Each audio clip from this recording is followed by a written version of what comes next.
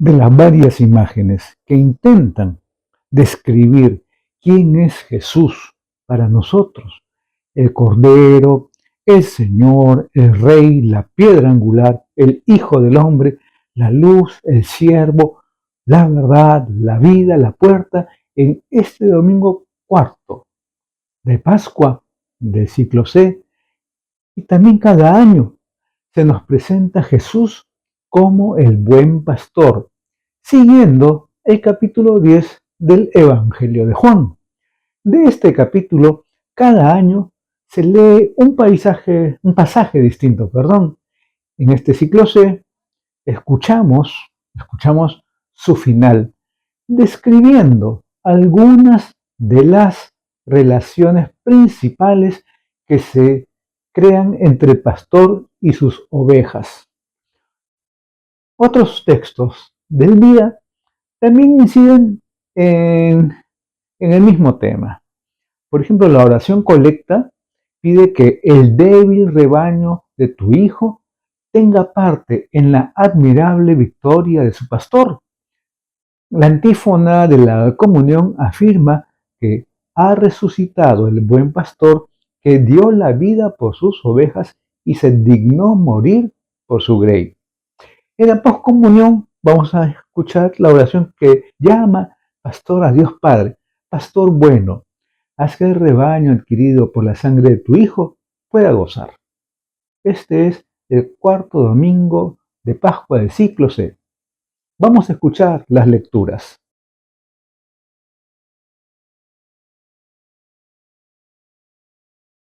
Antes de escuchar la primera lectura, tengo que comentarte y decirte que el discurso inaugural de San Pablo despierta un vivo interés entre muchos judíos y prosélitos.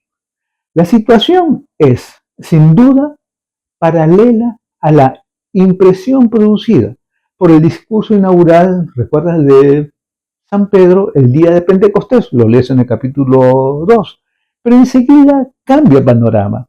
La reacción de los judíos corresponde más bien a la actitud hostil provocada por el discurso inaugural de Jesús en la sinagoga de Nazaret. Puedes leer el capítulo 4 del Evangelio de San Lucas y la persecución desencadenada por las autoridades contra los apóstoles, eso lo leemos en los capítulos 4 y 5 de los Hechos, y contra Esteban en el capítulo 6 y 7. También la misión entre los gentiles nace bajo el signo de la persecución. Podemos leer otros capítulos 13, 14, 19, 22 de los Hechos, pero al mismo tiempo la persecución adquiere, como en capítulos 4, 5, 7, una significación providencial. La hostilidad de los judíos pone de relieve la valentía apostólica de Pablo y Bernabé. Y eso lo vas a leer en los capítulos, versículos de los Hechos, y hace resaltar la doble actitud ante la palabra de Dios. Los judíos, en virtud de sus prejuicios, la rechazan y se cierran las puertas de la vida eterna. Los paganos la aceptan y, llenos de la alegría del Espíritu, dan gloria a Dios y entran en el camino de la salvación. Eso lo lees en el capítulo 13, por ejemplo.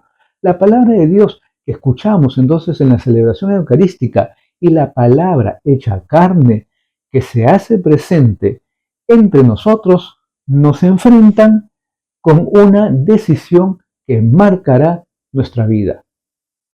Si la rechazamos, farisaicamente hablando, seremos rechazados. Si la aceptamos con sencillez, quedaremos llenos de la alegría del Espíritu Santo en camino hacia la vida eterna. Escucha la lectura. Lectura del libro de los Hechos de los Apóstoles. En aquellos días, Pablo y Bernabé desde Perge siguieron hasta Antioquía de Pisidia. El sábado entraron en la sinagoga y tomaron asiento. Muchos judíos y prosélitos practicantes se fueron con Pablo y Bernabé, que siguieron hablando con ellos, exhortándolos a ser fieles a la gracia de Dios. El sábado siguiente, casi toda la ciudad acudió a oír la palabra de Dios. Al ver el gentío, a los judíos les dio mucha envidia y respondían con insultos a las palabras de Pablo. Entonces Pablo y Bernabé dijeron sin contemplaciones: teníamos que anunciarles primero a ustedes la palabra de Dios, pero como la rechazan y no se consideran dignos de la vida eterna, sepan que nos dedicamos a los gentiles. Así nos lo ha mandado el Señor: yo te haré luz de los gentiles, para que lleves la salvación hasta el extremo de la tierra. Cuando los gentiles oyeron esto, se alegraron y alababan la palabra del Señor, y los que estaban destinados a la vida eterna creyeron. La palabra del Señor se iba difundiendo por toda la región. Pero los judíos incitaron a las señoras distinguidas y devotas y a los principales de la ciudad, provocaron una persecución contra Pablo y Bernabé y los expulsaron del territorio. Ellos sacudieron el polvo de los pies, como protesta contra la ciudad, y se fueron a Iconio. Los discípulos quedaron llenos de alegría y de Espíritu Santo. Palabra de Dios. Como has escuchado en el libro de los Hechos, esta vez los protagonistas, como ya mencioné, son Pablo y Bernabé, cuando predicaron en Antioquía de Pisidia, lo que es actualmente Turquía, en el transcurso de su primer viaje apostólico. La escena en esta oportunidad es como una muestra de lo que les sucede a estos intrépidos apóstoles en las varias poblaciones a donde van, a donde irían. Predican en la sinagoga a los judíos, pero también luego a los paganos, al parecer con bastante éxitos. Si lees bien el libro de los Hechos, las cartas, en esta ciudad hay una doble reacción. Los paganos que escucharon la buena nueva se alegraron mucho y alababan la palabra de Dios. Pero algunos judíos, llenos de envidia y celos, promovieron una persecución contra San Pablo y lograron su expulsión de la ciudad. No se acobardaron, marcharon a otras poblaciones ellos a proseguir su evangelización. Es interesante, en todo caso, notar una especie de estribillo que San Lucas repite al final de muchas escenas. Los discípulos quedaron llenos de alegría y de Espíritu Santo. En el Salmo responsorial, en la misa vas a darte cuenta que tiene por una parte la palabra de alabanza a Dios por la universalidad de su salvación. Dice: aclama al Señor tierra entera, el Señor es bueno, su fidelidad por todas las edades. Y por otra parte, anticipa ya el tema del buen pastor y por tanto de las ovejas o del rebaño, porque nos hace repetir como estribillo: somos su pueblo y ovejas de su rebaño, tomadas del mismo salmo. Antes de escuchar la lectura del Apocalipsis, voy a comentarte lo siguiente, ¿no? Para que entres un poco a entender lo que quiere decir la lectura. Y decirte que es pues una visión casi incidental, casi final de un ciclo del Apocalipsis que expresa por eso mismo, en alguna forma, un aspecto del mensaje total del libro, en contraste con la multitud precedente. Apocalipsis, vemos en el libro, ¿no? Perfectamente numerada 12 veces, enormes múltiplos de 12, esta no se puede contar. El Apocalipsis está hablando a los cristianos en una u otra forma, perseguidos, ¿no es cierto?, atribulados, en su enfrentamiento con el mundo en la gran tribulación, que siempre comporta la vida cristiana. Y les expone el triunfo final, o tal vez mejor, la situación definitiva que les espera, que nos espera, no precisamente a unos pocos, ni a un pequeño resto de un pequeño pueblo. Por esa gran tribulación que les ha hecho pasar el ser redimidos con la sangre del Cordero y por esta redención gozarán de una protección y presencia singular de Dios que se expresa en términos de liturgia, puedes ver el versículo 15a, o de la hostilidad oriental, 15b, o de felicidad terrena, lo opuesto a las tribulaciones, con elementos entresacados de las descripciones del paraíso ideal y de los profetas. Puedes ver Isaías capítulo 49, Salmo 23, Ezequiel 34, Isaías 49, Jeremías 2. Es la Pascua eterna por la sangre del Cordero inmolado. Escucha la lectura. Lectura del libro del Apocalipsis. Yo, Juan, vi una muchedumbre inmensa, que nadie podría contar, de toda nación, raza, pueblo y lengua, de pie delante del trono y del Cordero, vestidos con vestiduras blancas y con palmas en sus manos. Y uno de los ancianos me dijo: Estos son los que vienen de la gran tribulación, han lavado y blanqueado sus vestiduras en la sangre del Cordero. Por eso están ante el trono de Dios, dándole culto día y noche en su templo. El que se sienta en el trono acampará entre ellos. Ya no pasarán hambre ni sed, no les hará daño el sol ni el bochorno. Porque el Cordero que está delante del trono será su pastor, y los conducirá hacia fuentes de aguas vivas. Y Dios enjugará las lágrimas de sus ojos. Palabra de Dios. La visión del autor del Apocalipsis es voluntariamente optimista. Hace que las miradas de los cristianos de su época y de la nuestra se dirijan al cielo, donde ya está gozando de Dios una muchedumbre inmensa de toda nación y lengua. Estos bienaventurados participan de la victoria de Cristo, vestido de vestiduras blancas y con palmas en sus manos, y están de pie delante del trono de Dios y del Cordero, cantando alabanzas y con acceso a las fuentes del agua de la vida. Ya para ellos todo es gloria y alegría, y Dios enjugará las lágrimas de sus ojos. Antes de escuchar el Evangelio de San Juan, voy a decirte lo siguiente, que se describe allí la intimidad de las relaciones existentes entre Jesús y sus discípulos en todos los tiempos. La fe, ¿sabes?, lleva a una adhesión plena del hombre hacia Jesús. De tal modo pues que existe un mutuo conocerse, un mutuo reconocerse en el amor, la fraternidad, una intimidad de corazón que lleva a una mutua comunión de vida. Jesús comunica su propia vida, la vida misma de Dios, divina, imperecedera al creyente. Jesús defiende a los suyos, desde dentro están asegurados contra el riesgo de la inseguridad eterna. Están definitivamente salvados en plenitud.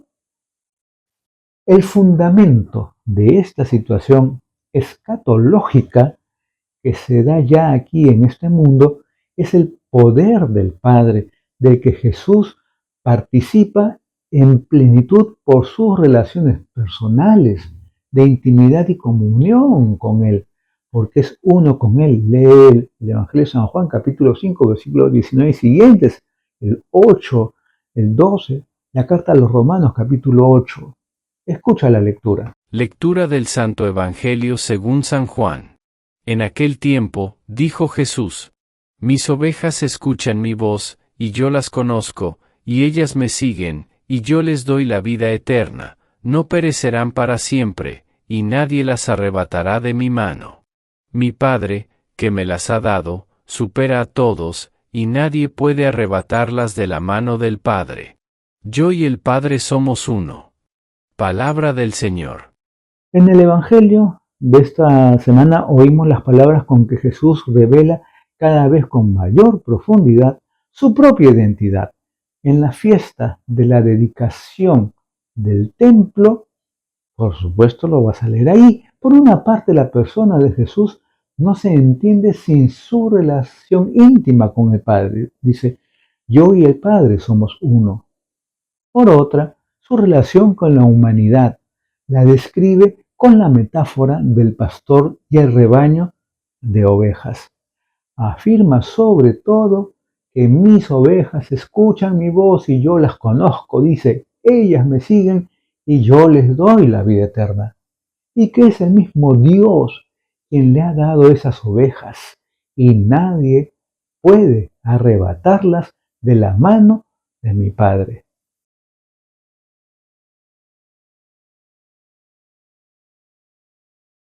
¿Sabes? Jesús se nos presenta como el buen pastor. En verdad puede hacerlo porque siempre en su vida ha actuado como tal. Conoce a las personas, las defiende, no quiere que ninguna se pierda, ninguna, les da la vida eterna y finalmente ofrece su propia vida por ellas. No ha rehuido ningún trabajo, se ha entregado generosamente por todos. Por parte de él, las afirmaciones básicas de esta oportunidad son, yo las conozco, dice, yo les doy la vida eterna y nadie las arrebatará de mi mano. Son palabras que hablan de cercanía y de entrega total. La vida que le comunica a él su Padre Dios, la comunica él a su vez a todos nosotros.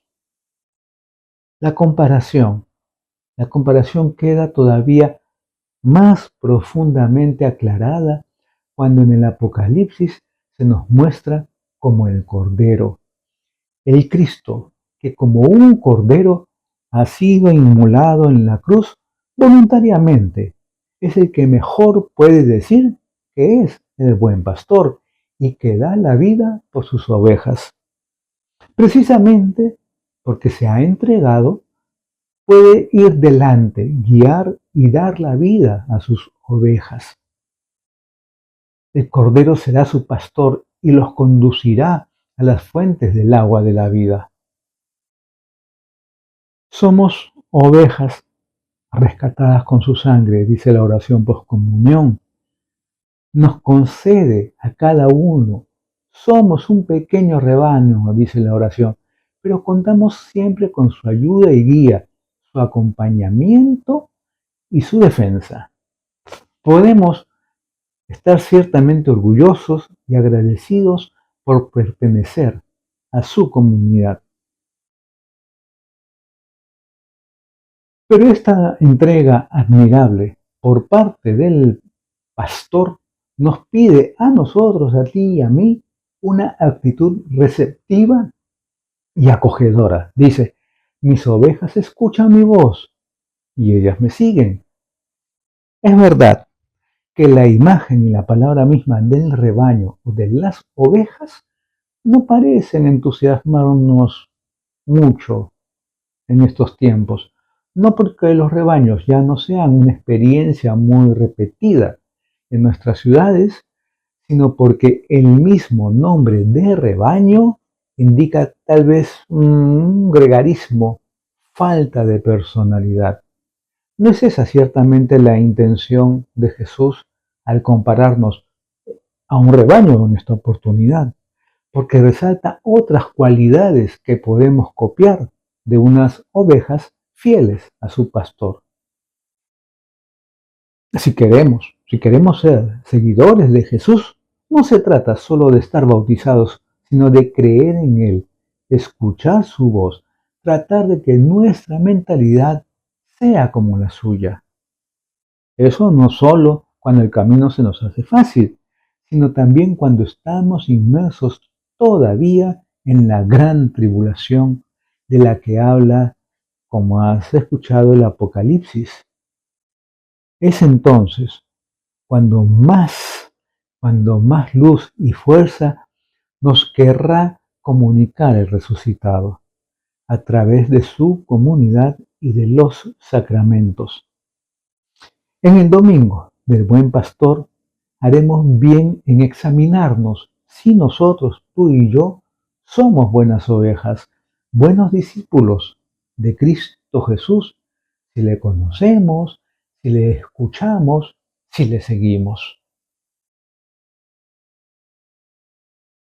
Hay todavía otro aspecto que nos hace pensar. Como el buen pastor se ocupa de todas las ovejas y ha dado su vida por todas, así la Iglesia intenta ser universal y anunciar a todos los hombres la buena nueva con la perspectiva ideal que ya nos presenta el Apocalipsis. Una muchedumbre inmensa de toda raza y lengua que ya gozan de Dios, que ya gozan de Dios. Esto pues nos estimula a chequear hoy nuestro corazón y ver si es tan misionero y universal como el del buen pastor. Si en las relaciones entre jóvenes y mayores, entre sacerdotes y laicos, entre personas de distinta raza y lengua, entre nativos e inmigrantes, podemos decir que tenemos esa actitud parecida a la de Cristo o a la de San Pablo y Bernabé. Además, las lecturas que hemos escuchado nos invitan a pensar si nuestro método evangelizador es como el de Cristo, conociendo a cada uno y respetando su situación y su cultura. Pablo y Bernabé predicaban a judíos y a paganos. Lo hacían con una pedagogía adecuada a cada caso. También de ellos se puede decir que conocían sus ovejas y respetaban su situación cultural y religiosa. Si sus oyentes eran judíos, partían del Antiguo Testamento y les intentaban convencer que en Jesús de Nazaret se cumplían las promesas. Si eran paganos, partían del Dios creador, de la hermosura de este mundo, de los valores que entendían sus oyentes y de ahí les llevaban a Cristo Jesús. En la tarea misionera que la Iglesia ha ido pues entonces desarrollando desde hace muchos siglos, es notorio el esfuerzo de inculturación de la teología y de la liturgia según las características culturales de cada pueblo.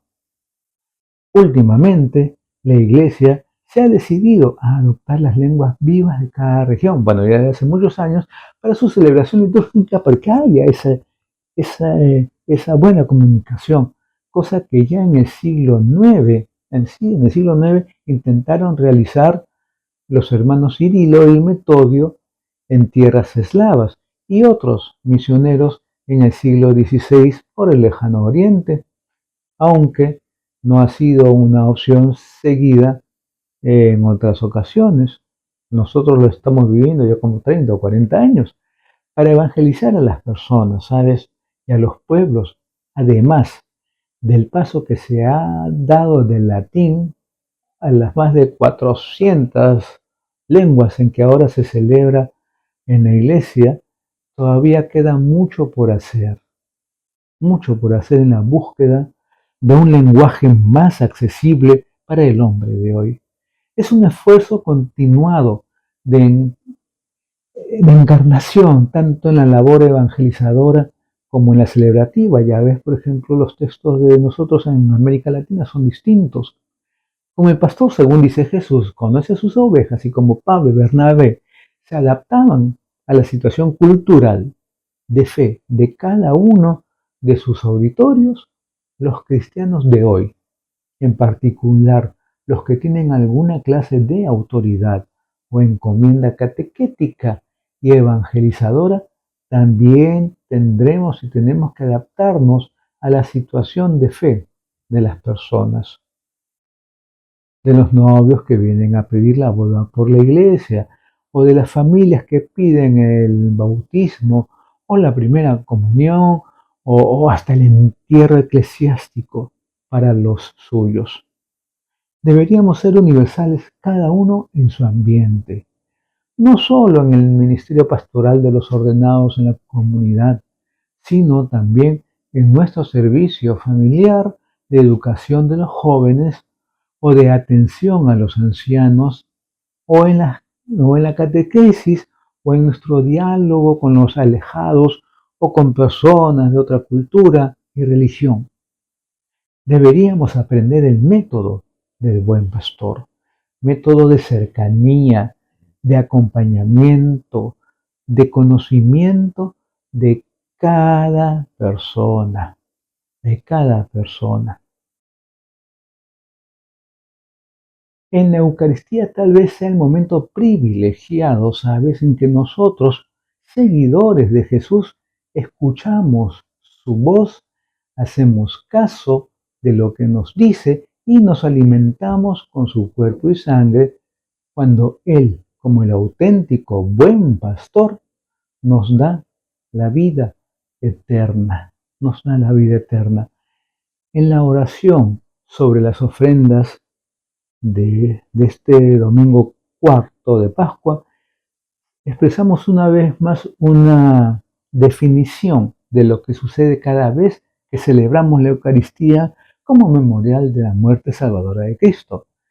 Que la actualización repetida de nuestra redención sea para nosotros fuente de gozo incesante y incesante. Aunque también fuera de la celebración a lo largo del día y de la semana, debemos luego seguir siendo discípulos que escuchan su voz y le siguen en su estilo de vida.